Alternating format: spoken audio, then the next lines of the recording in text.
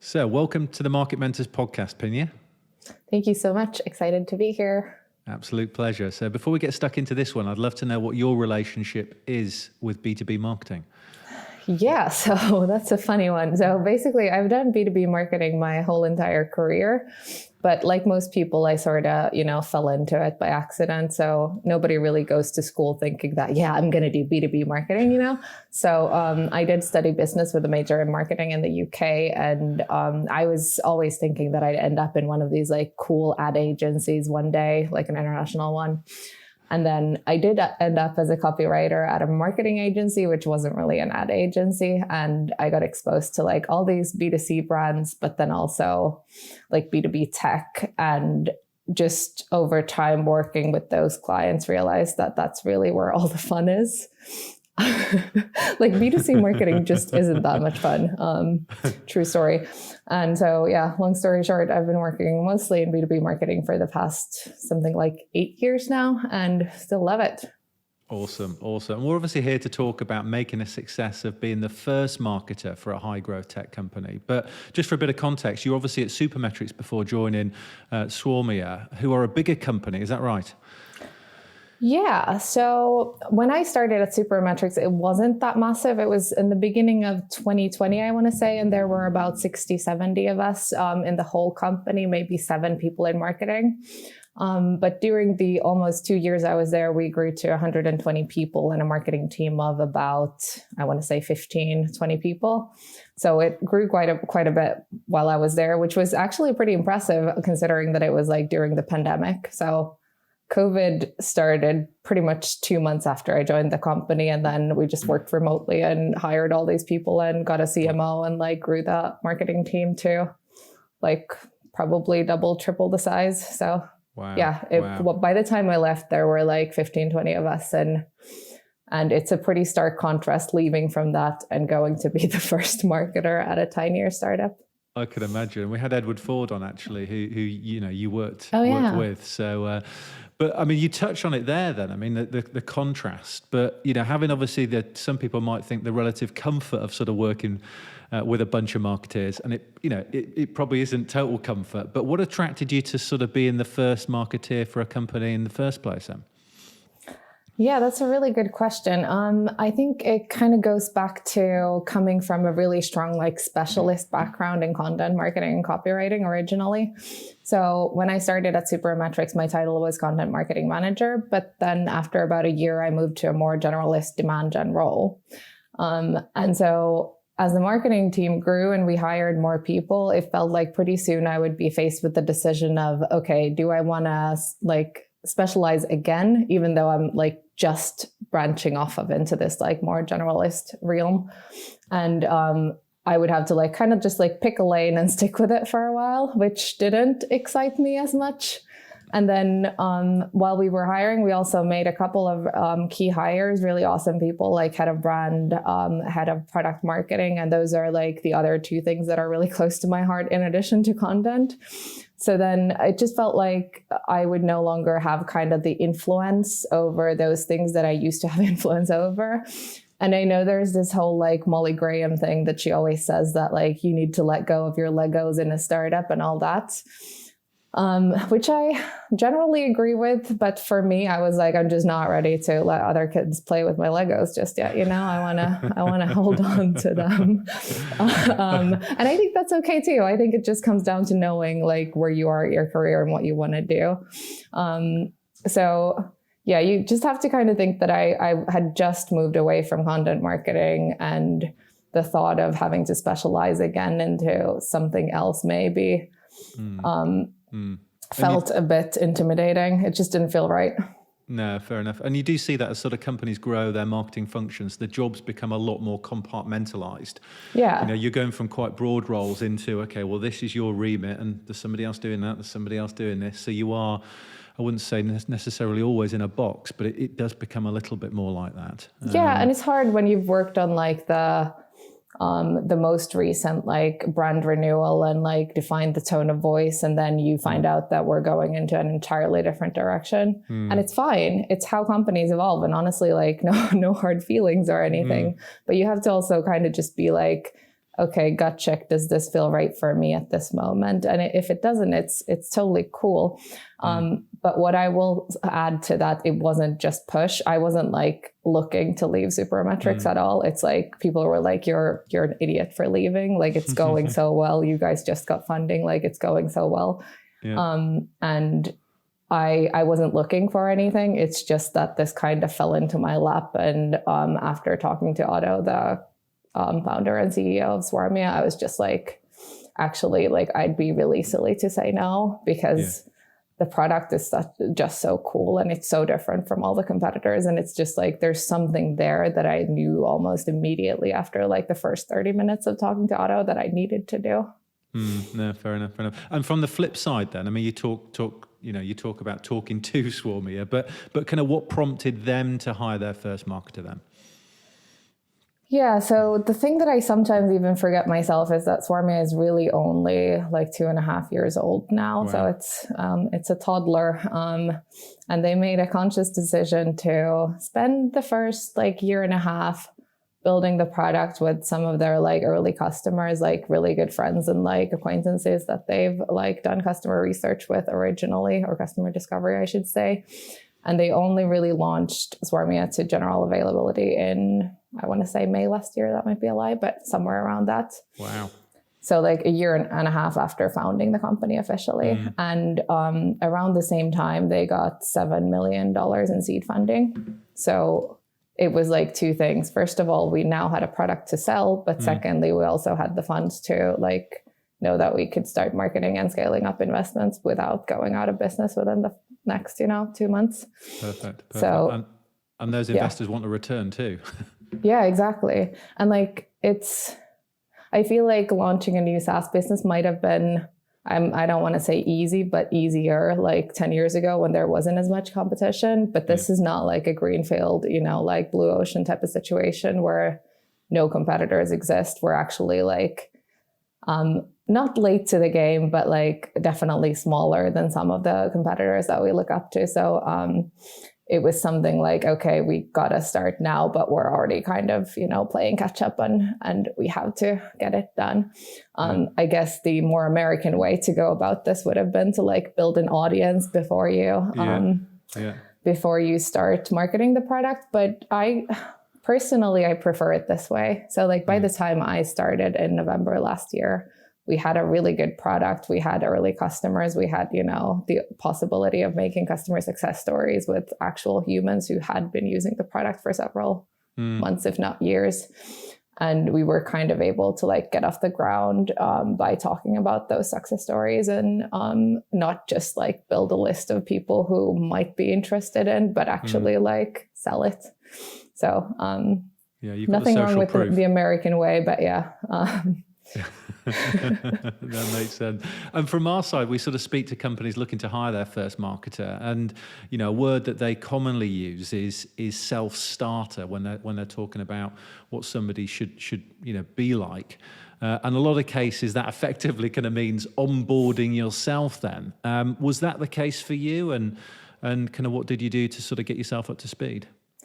No, so luckily, I love the word self-starter, and that actually probably applies to me, but luckily I didn't have to start things from scratch, I have to say. So even though I was the first marketing hire, and that hiring happened like 6 months after they launched the product, they had all the foundations in place. So they had worked with an external consultant who's actually a good friend of mine who recommended me to talk to Otto in the first place.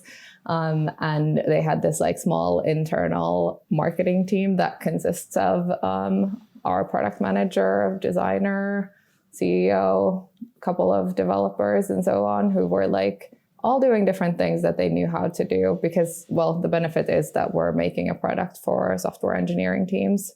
So naturally, software engineers are pretty good at, marketing that stuff. Yeah.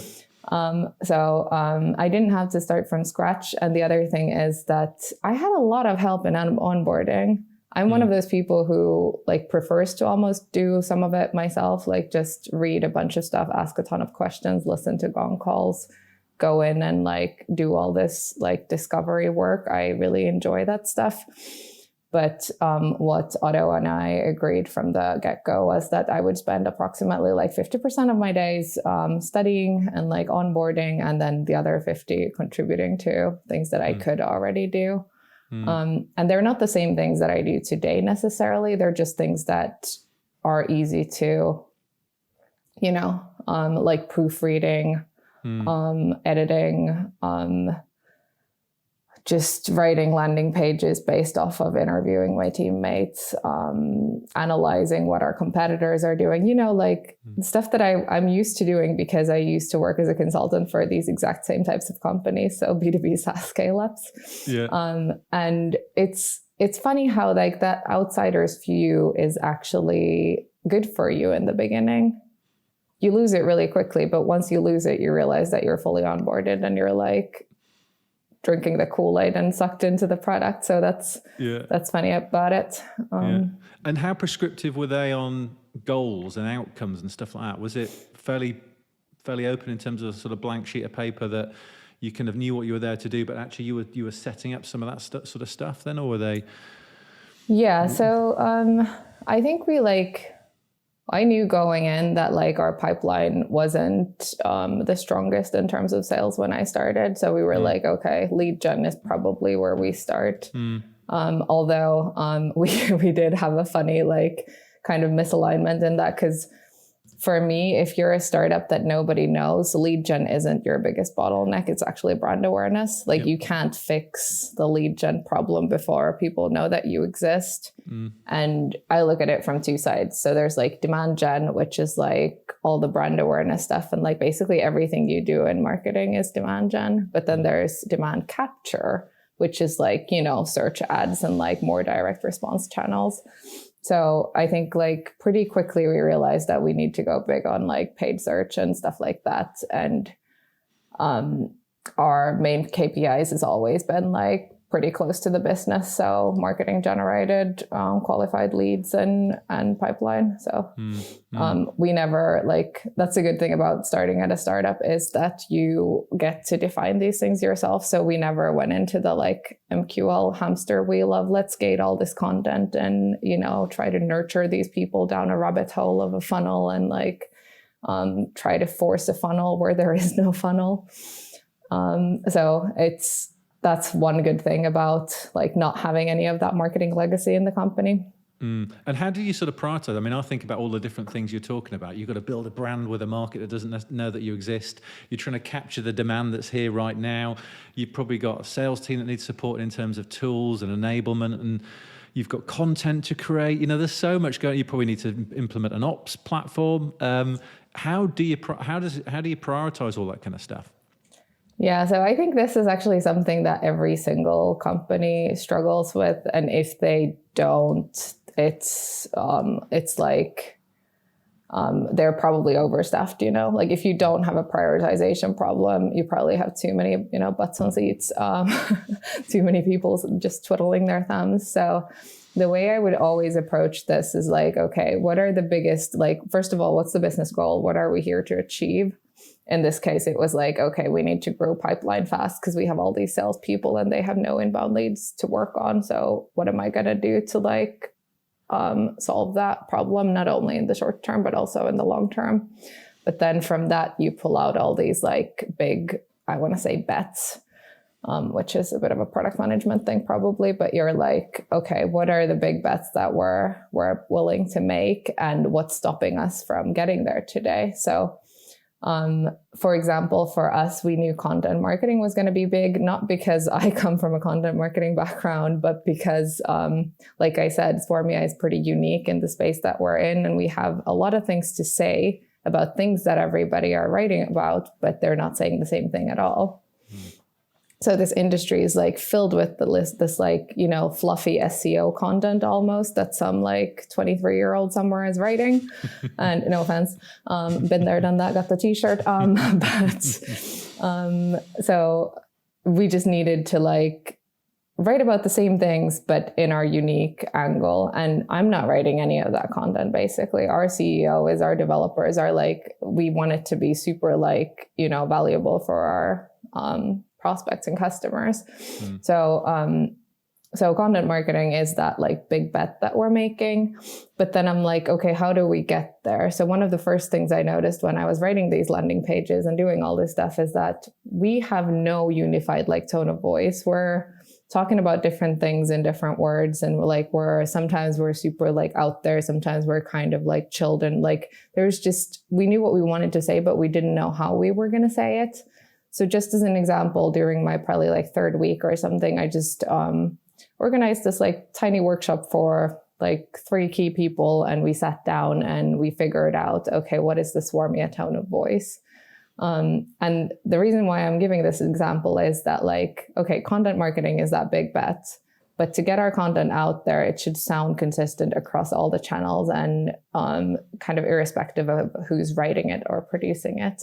And to get there, we needed that like quick tone of voice guidance. Didn't have to be anything too polished, anything too like fancy, but just like something that would give us a tool to make us all aligned on things. And so I put that together, and then that like kind of solved that blocker. And then we're working with the team continues to like brainstorm new topics to write about. We have a Trello board, or not Trello, Jira, I'm lying. A Jira board with all these like big bets, and they all have, columns for to do, in progress, done. And that's a really good way to kind of see if you're working on too many things at the same time too. So that helps with prioritization. You're like, okay, so I am one person. I can probably realistically work on like, 1 or 2 things at a time during any given day. Of course, I can have more like projects ongoing, but that means that somebody else has like, I'm waiting for somebody else's input to like review or comment or give me something. And then you just chip away at it. There's no like secret to it other than business priorities. Like you go back to, is this what I should be spending my limited time on right now? Yes, do it. No, do it later. And were you able to use any sort of external freelancers to sort of help you on stuff like paid ads or even writing copy or stuff like that?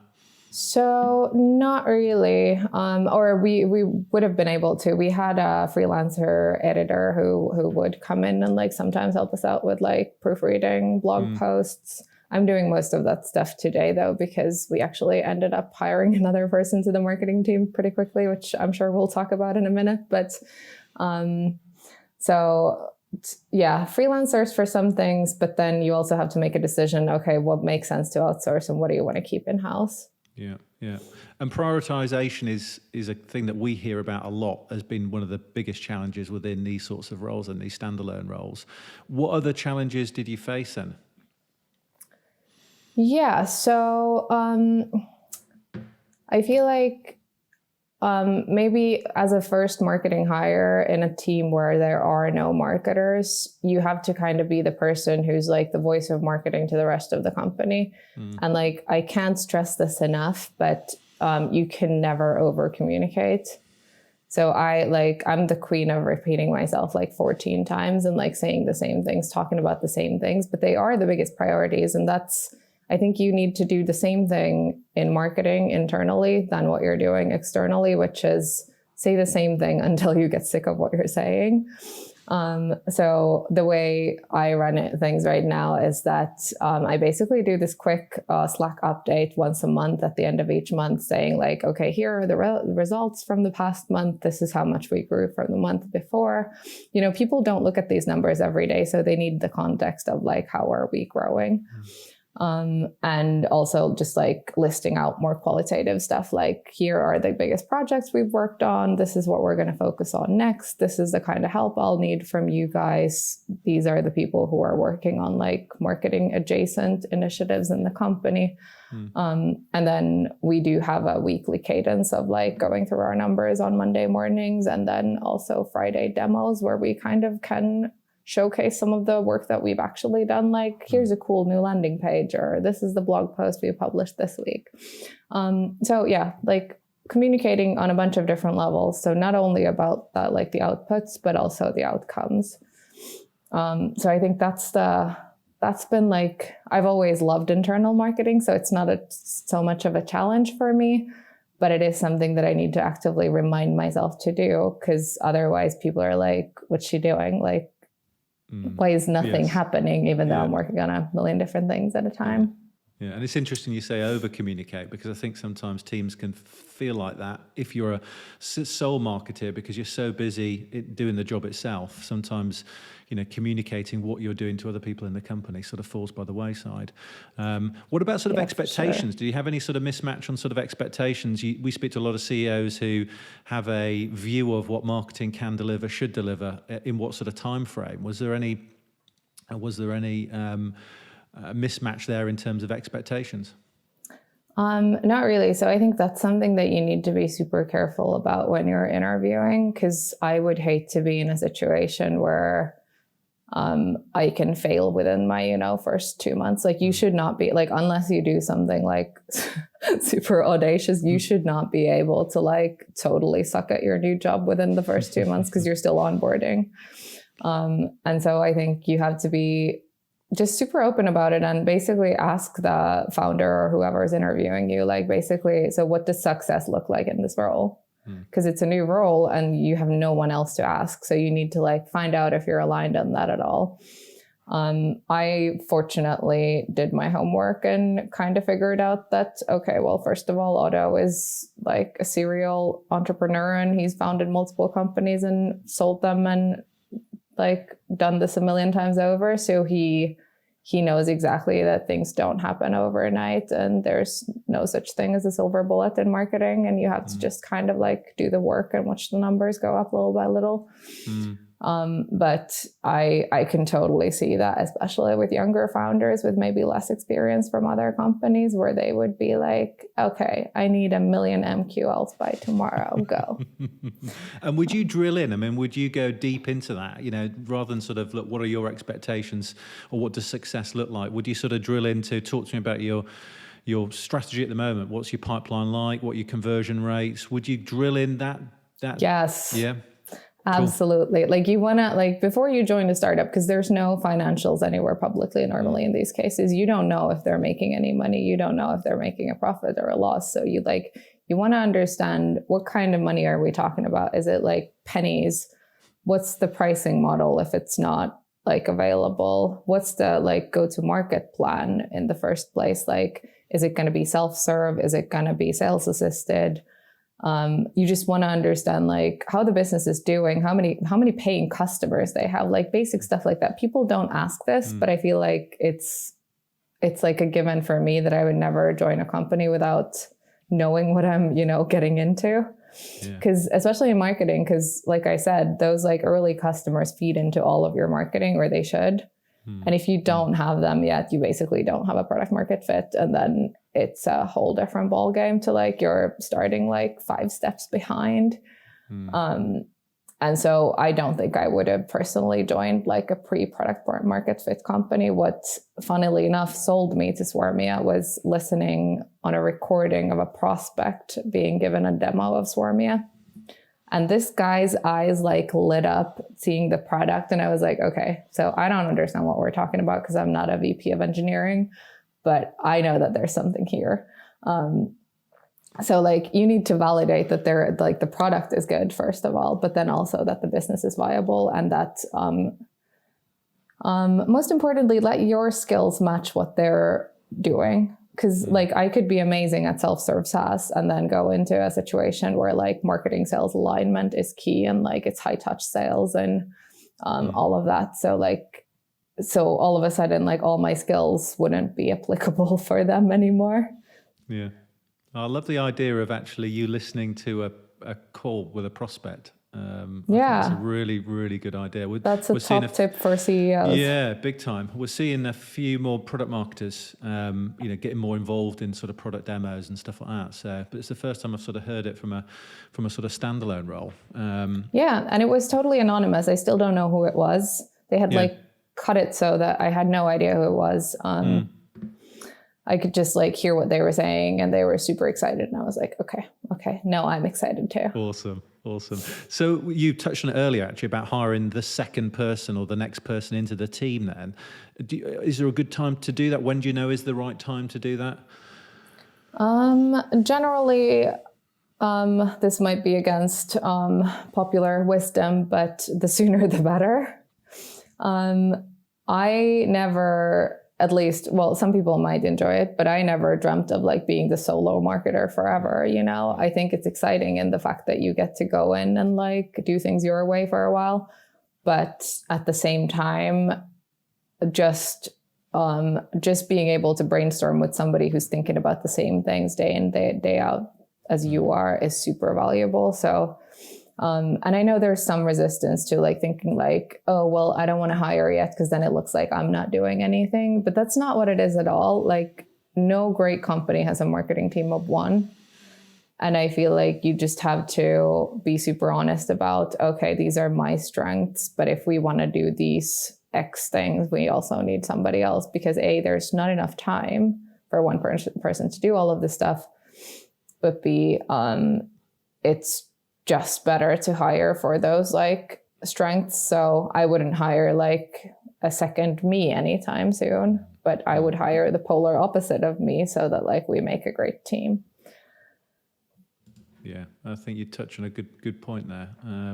So flipping the conversation then slightly, for our last couple of questions, we have candidates who are interviewing for these types of roles, and obviously we touched on it a little bit earlier in terms of the sort of expectation and stuff. But what sort of questions would you suggest they ask then to make sure that they end up in a good job like you, or they don't end up in a job where it's not going to work out for them? Yeah, so like we kind of walked through some of these already, but I will say that like I would start from the company financials really. So like I said, revenue, number of paying customers, growth rate month over month, whether or not those numbers are in line with their growth targets. Because if they're not, then why is that? How much runway do you have? In years or months, what are your plans for raising funds, or are you bootstrapping, and like understanding like the business logic first of all. But then if you kind of go through all of those questions and understand like, and churn also, like are the customers that you're able to close, are they actually staying? That's super important too. But if there are no red flags with any of those numbers, I'd move on to kind of like, okay, who are the ideal customers? Why did we define it as we did? Have we defined it first of all? Because if not, then as a marketing person, that would be where you'd have to start. And then just the general go-to-market plan. So who are we selling to? Have we validated that there is actually a market for this product in the first place? How are we going to sell the product? So self-serve, sales-assisted, something in between, a combo.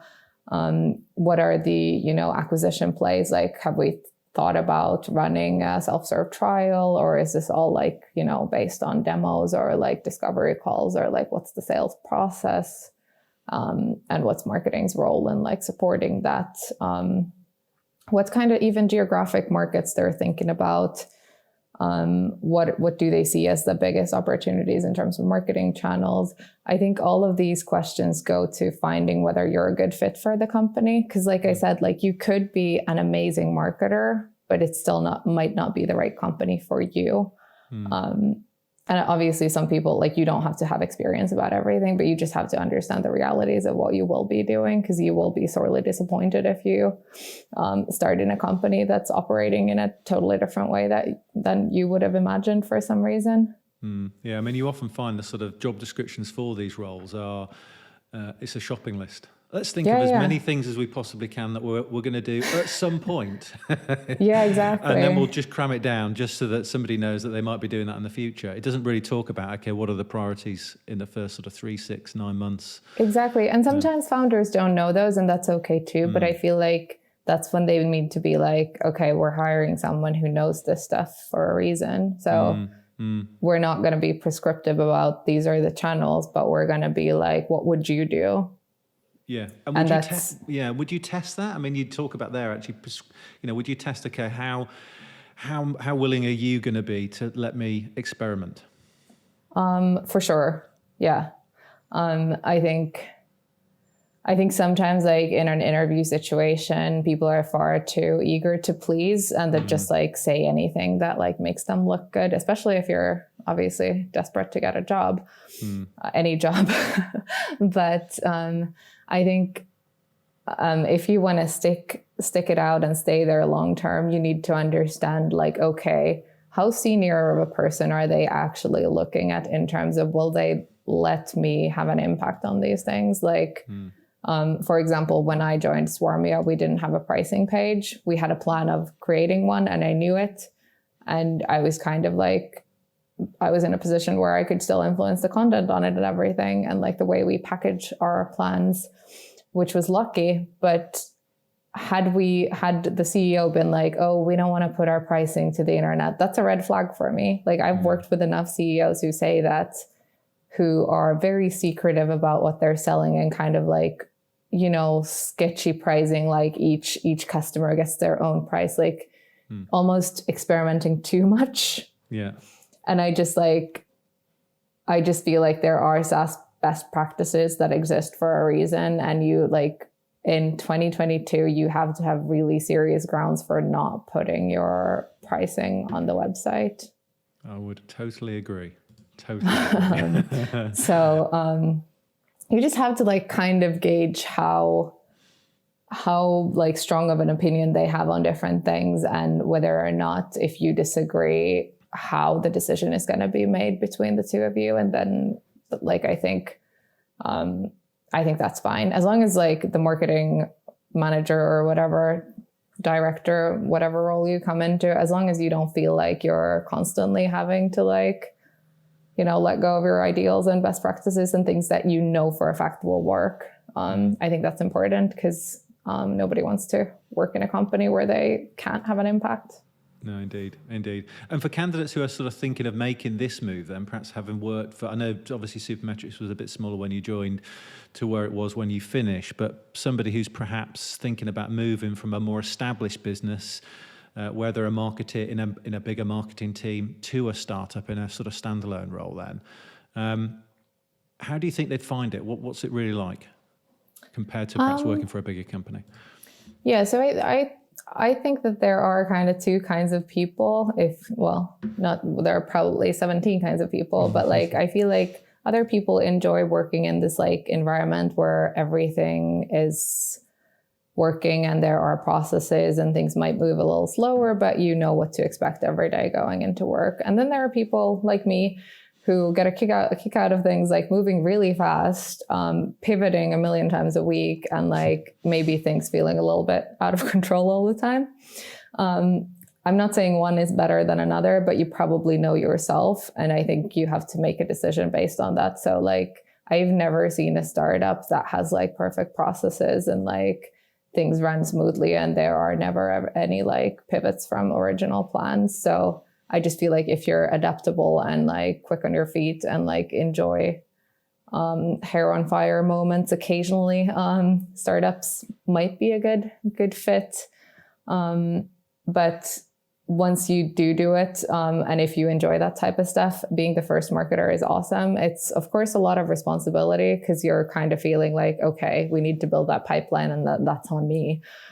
Sure, but it's also like the flip side of that is a ton of ownership, and at least I enjoy that. So yeah, your hair might be on fire at times, and yes, you like feel like you're getting out of your comfort zone maybe too often, but at least every time you do something end to end, you learn something, and then the next time you go and do it, it's no longer like that scary, and you know what you would do differently, and you're in a better position to maybe even delegate it to like an external partner.